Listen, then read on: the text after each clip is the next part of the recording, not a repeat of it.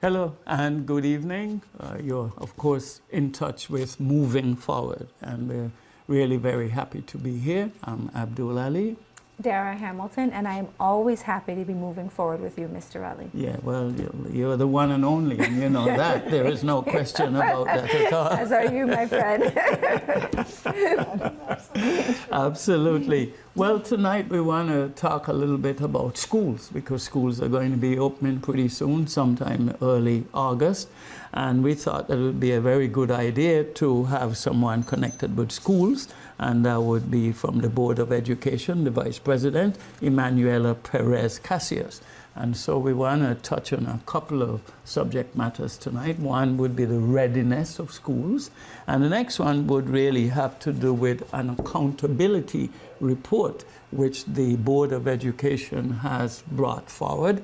And of course, it got a lot of recommendations and some ideas in relation to what's happening in schools. And the reality is that as far as schools are concerned, one of the things we know is that the achievement level of the students is under some question, and has been for some period of time, not just with the virus and so forth, but even before that. So something needs to be done. But let's get down to the beginning and find out what's happening. Well, tell us a little bit about yourself, and also what's happening with your walkthroughs that you're doing at this time. Emmanuella. First of all, good evening, and thank you both so much for inviting me to this space. I feel like I'm back at home, because this is kind of where it started for me in education. Yes. Working with children. And I still have a video on you from 2017. You do? We're going to play it sometime soon. And I'm pretty sure Earl has a historical video of me and my students in here performing engaging conversations, of getting parents, teaching how to help children speak with their parents about difficult topics. Oh, so we filmed that. I think that must have been back in early 2000. This is ancient times now. But right now, you know, Abdul Ali, since 2020, the Virgin Islands gave me the opportunity to vote on the board, to work for the people on the Board of Education. And it has been quite an adventure since.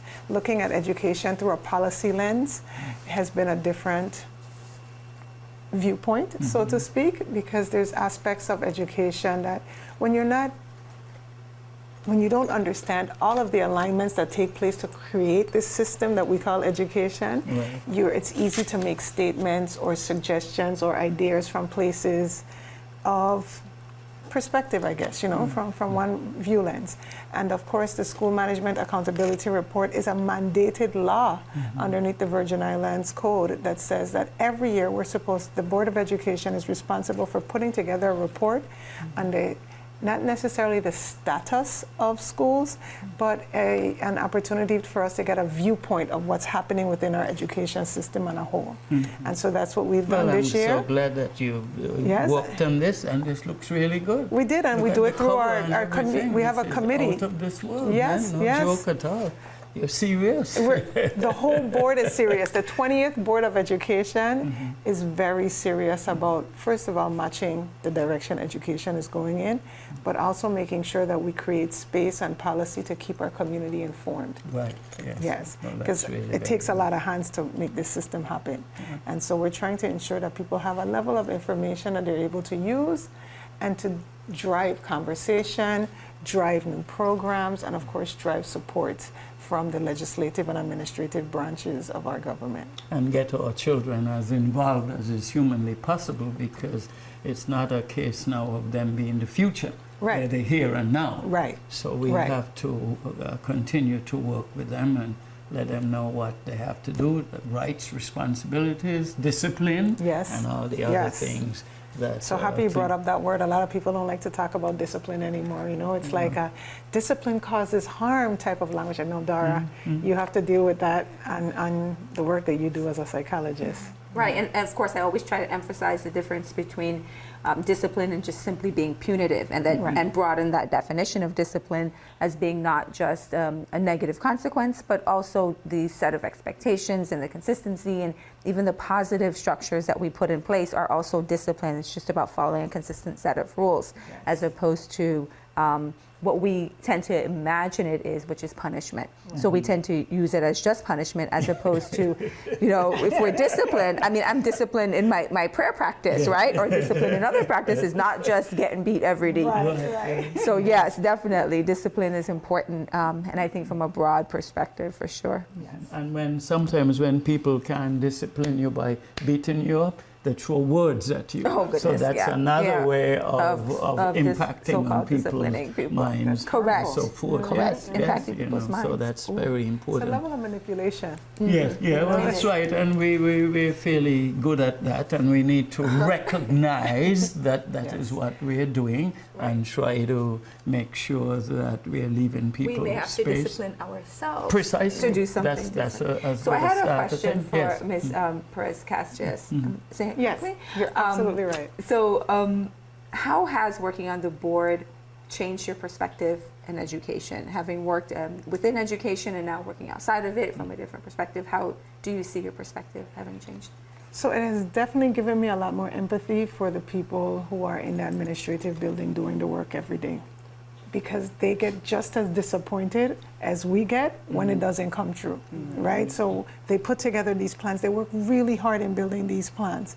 And a lot of times the execution of the plans don't hit the mark of what they're looking for. And in the meantime, while it's trying to move, a lot of us in the territory tear them down, because we're all looking for an immediate type of fix to the solution that has been coming long before the individuals who started this work. And I also feel a level of respect for the system that we have, because our education system is not the worst system. I have had an opportunity to travel to a lot of conferences and meet a lot of school districts, and I promise you, there are school districts across the United States that are in turmoil. So I started to recognize our education system has the perspective of, I cried when I had no shoes until I saw the man who has no feet. That's kind of what has happened to me over the last 3 years. So it gives me a more, okay, we could build though. We still have opportunity to build. Not, this is terrible, the whole place is for the dogs and we haven't been successful in forever.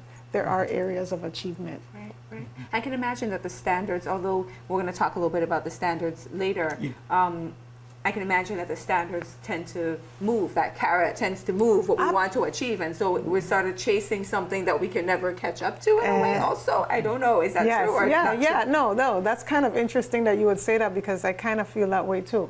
But you know what it is too? We're chasing something that maybe we shouldn't even be chasing. It might be a standard that was established by somebody else for something else. And now the education is rewinding and starting to look at it again. Remember, Nickel came in 2000. We started to chase that whole approach to educating our children, completely trashing our old approach. And so now I think in 2023, we're seeing a lot of, there are spaces we should have kept. There are some things that we should have maybe kept within our system, especially around the social aspect of how we engage with each other between teacher and student. So we've kind of gotten away from that because we said, let's test. Let's just get them standardized testing. We got into the approach of teaching you from a perspective of moving numbers versus that, Abdul, we know you're going to do good, right? Like you're going to push through, Dara, don't worry about it. We had those moments before where teachers had a level of authority. And so I believe we're going to have to reassess, because our outcomes that we want as a community is not the same. We don't want necessarily snarkly, smart-mouthed children who don't care about the community they're in. We want people who love their history. We want people who are for sure educated in a way where they have confidence to try. And we want people who respect our community as people. Like, we're not into cursing old people. We're not into, those things. Do you believe that is the culture of education? And I hear you talking, and I remember when you were with the Boys and Girls Club, I believe, and you have so much other experience to pull into this in terms of how we educate people, and I wondered whether this is the view that you're talking about, whether this is a prevailing view in our educational system or not, because you know, I also worked in education. Right. So I can't say that it's a prevailing view, but I can say it's a new conversation that we're looking at, right? So when we are in these spaces, it's like, was it all that bad? Was it? Some things we could have kept, so we're starting to look back at that. Before, the conversation was more like, what is Iowa doing? What is Jacksonville doing? Right? That was it's sort of like forget people. What are the outcomes? Without dealing with the people, you can't have the outcomes. And I think we're recognizing that now. Absolutely. Because this wonderful book that you have here, that's out. I really love it. It was out of this world. There's no question about it. You all put it together nicely. And it's got pens and pencils and all sorts of things on it. So I would be remiss if I don't take this moment right now to thank Member Hendricks. Member Winona Hendricks. Yeah. She was the chair of the School Management and Accountability Report Committee this year, and she led this. School sites, this is her. School plans and facilities. It is. No, and it's very inclusive. We've got students partaking inside of there. We've got information from Central High Student Council, Educational Complex, Student Council, Eudora Kin Student Council. So it's really informative. If you want to know what is happening today in education in 2023, this is a good start. That is an excellent start. There's data points, there's personal summaries, there's board overviews, and of course there's recommendations. Absolutely, and it looks at attendance, the pandemic, staff shortages, decrease in professional certification, the misbehavior, school violence, that's all part of it. Scores in math, English, science, reading. Yes. And that seems to be a problem area, because I looked at a couple of those reports. The data is scary. There's plenty red there. This one is for central, plenty red, the percentage there. These are underachieving in certain key areas, I think math, English, science, and reading. So what really is the plan to try to address that issue, the underachievement? So, you know, we meet with education often, and the Department of Education met with us maybe a month ago to sit and talk with us about their plan, their action plan that they have to address these areas specifically. And it stems around lots of reinforcement, wraparound services. They're looking at the social context and the contribution that has to the grades. And of course, they're looking at the actual test and how the teacher is teaching to prepare the student for the test, including the language being used in math classes where we talk about addition and subtraction, but then they look on the test and they're asking them, can you give me the sum of, right? So we've got to align the language to ensure, because it's not that the child don't know, it's necessarily that I don't know that word, so I assume that word means this. And so they take a educational guess, and that's kind of what we're seeing in some of these data scores, but we're also seeing that there is a big achievement gap that we have to fill back up. Do these align at all with the graduation rates? Because, you know, I'm looking at right now the Central High School, the proficiency, the percent of proficiency in different areas, and I'm wondering whether, I know in some states you have to pass proficiency tests. They're high stakes in order to graduate.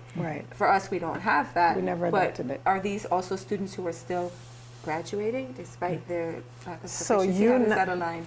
Well, it aligns because what you're learning in the classroom and the requirements to pass the class is different than the requirements to pass the test. So you may fall underneath some of these areas of below standard, but you were a really good student. You came to class every day, which is 10%. You turned in all of your homework, which is another 10%. You completed your test. You were able to pass your test because the assignments was given to you in a way that you could take it in and learn it and give it back up. So they don't necessarily align. So God, I have so many questions. This is such a great conversation, Mr. Ali. And I'm just thinking about students and test taking and how much that factors into what we're seeing in terms of how we are evaluating our students' proficiency. I know my SAT scores were abysmal, and my GED was abysmal, and thank goodness I still got into school with my good grades, and I still performed well in college and in graduate school. But if you were to take it as my SAT and my GRE, you would say no, thank you. And a lot of schools have done away, colleges have done away with SAT scores and GRE scores to get into your programs and base it on your class performance. Mm-hmm. And so when Exactly. we look at the test taking, and I do think that there are a certain amount of like skills and not even skills, perspective, like a certain culture too that Yes. goes toward test taking. Yes. And whether we're putting our students at a deficiency in that, because our culturally necessarily that may not be the way we think. Right. You know what I mean? But it doesn't mean that we can't do the work. And so, Dara, I'm so happy you brought up that point and you talk about it from that perspective because it's absolutely true. At the end of the day, your name is still Dr. Hamilton. There's nothing less about your doctor position and the work that you know. And I got like a 3.8 or something for my PhD program, or 3.75 or something. So I still was able to perform despite my bad GRE. So in 2000, we said, testing is the way we're going to know if our kids are proficient or standard. Now we're looking at standardized testing as more like a gauge of what we need to work on, those skills, because test taking is a skill. Yeah, that's you don't true. just Yeah. become a good test taker because you got good grades, right? Test taking anxiety is a real thing. I personally struggle with that. I get this whole feeling inside of me that sends everything blank whenever I have to take a test that my life depends on. If I have to take a test, it's just like, oh, I'll still pass the class. I'm not as frazzled. So they're looking at these connections now and asking, do we help our teachers build a language? We ensure that they're doing that. We start to develop those test-taking skills from earlier years. Test-taking, standardized testing does not occur till third grade, the first one. So from kindergarten to third grade, if you are not learning that skill, and then we tell you in third grade, you've got to be able to pass this test. Is this the way the world is going? This is the way the world is. A friend of mine and I were talking the other day about whether people need to get degrees, whether you can learn on the job even, and how many skills we can acquire on the Yes. job and be very, very successful. And so do you see the way of the world going toward still relying so heavily on standardized testing or relying on other outcomes? Oh yeah, the world is shifting and because they're seeing their workforce, especially in America, deplete. If you don't have a workforce, you don't have an economy. Right. If you don't have individuals to fill those gaps, and so they're looking at various ways to tap into people versus giving you more reason to shun you down, more reason to live. Training, we can do that. Wow. We can look at the skill set, we can develop it. Even with language, people are getting all these apps and stuff that help to, so you're automatically bilingual if you have the right app. Absolutely. It works today. This is where the world is going, and so I'm watching the education system in the Virgin Islands also shift towards that. But it's not overnight. It's not going to be something Okay, that I want to just draw attention to this. This is the Mississippi miracle. Kids reading schools have soared in deep South states. And basically they're saying that what they're doing with the youngsters there, and you see this looks like a teacher there Yes. working with the youngster with a computer. So I was wondering, are we looking to outside to say, let's see For if we get practices? in and see what they're doing, Yes. and trying to find out maybe we could utilize some of that. I got another article here. American education is getting better. So this is what is being said here, and it goes on to indicate that the fight to keep schools open and public reach a state of alarming combativeness, etc., etc. Yep. So it looks as though there's some degree of increasing going on as far as education And is best concerned. practices are shifting. So Yes. should we be reaching out to maybe even those people there to find out what they're doing, to see what ideas they have that could help us improve for our youngsters here? So what I do know, Abdul, is a lot of people that are working in these systems are creating systems that work for their population and their realities, right? And I think that the Virgin Islands will, when we tunnel vision in, I think we're going to strive more. We have been doing this. This has been the practice since 2020, where we're looking out. Well, if it's working in Florida, it's going to work here. Well, if it's working in Mississippi, it's going to work here. But we don't have a lot of the same similar conditions. These children have opportunities to be exposed to things by a bus trip. So a part of their statement says, we're going to allow exposure to children by increasing field trips to museums and this to get them engaged and excited. Well, we don't have that. Absolutely. What do teachers think needs to happen? I'm very curious about that because I feel like it's often from the outside we're telling teachers what to do, Right. To make things more effective. Does any of your research say what Virgin Islands teachers think needs to happen in their classroom in order to have better outcomes? And we need Talk about that a little bit. Let's hear that. So- we need to find out what the students think as well. Oh, because yes. that's the other side yes, of it. absolutely. So we talked about one of our main recommendations in this SMARS report was bringing back that school authority to the schools so that they can start to create their population culture again.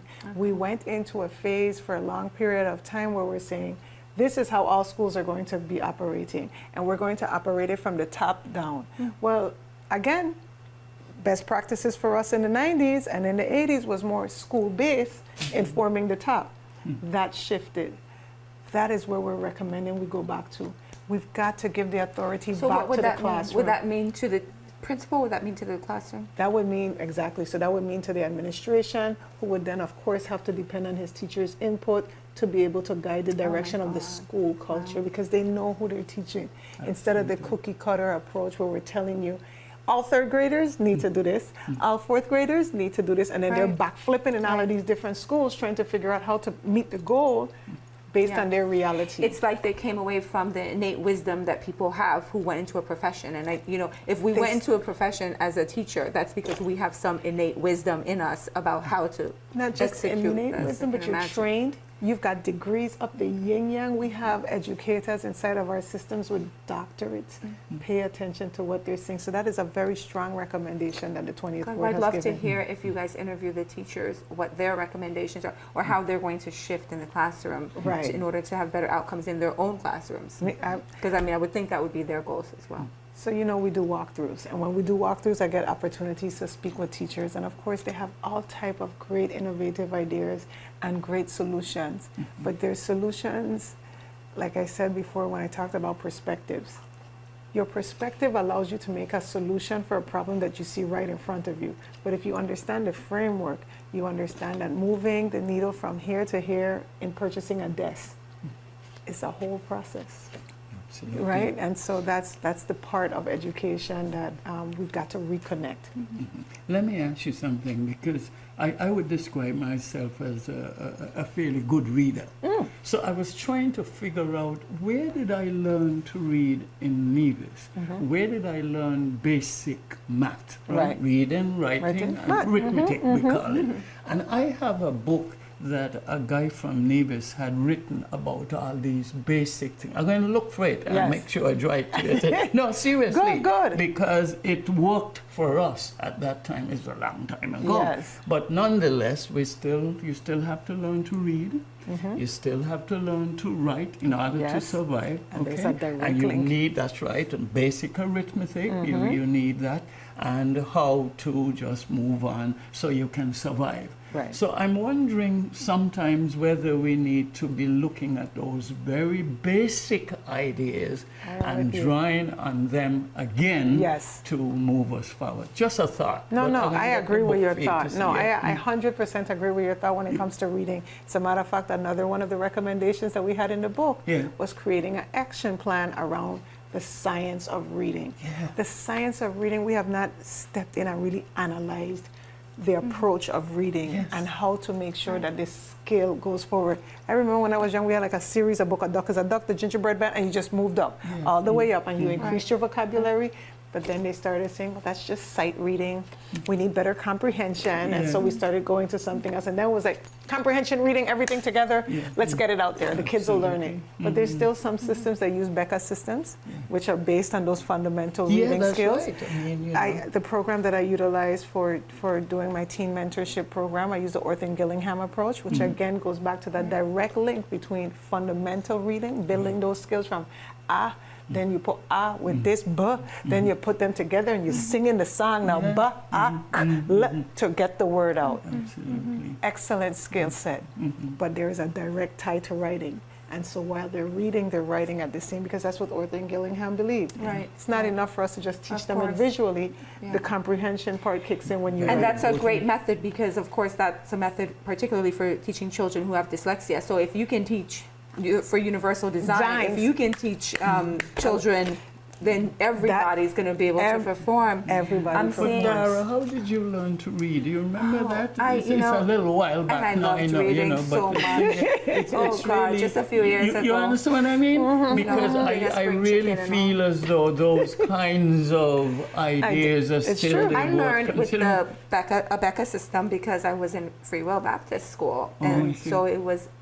But my brain kind of took to it. I was probably quite verbal, and so I enjoyed being able to do that process. But in looking at this article, I see in one of these states they had people the teachers do a 55-hour course on that science of reading. And I'm thinking about that in the context of restructuring more of our system than just how you're going to teach and what you're going to teach, but also allowing teachers to have the space, the mental space to learn. And when you are like stressed out, you do not want to take another course. You are not interested in taking another course and stretching your brain in that way. You're feeling imposed upon.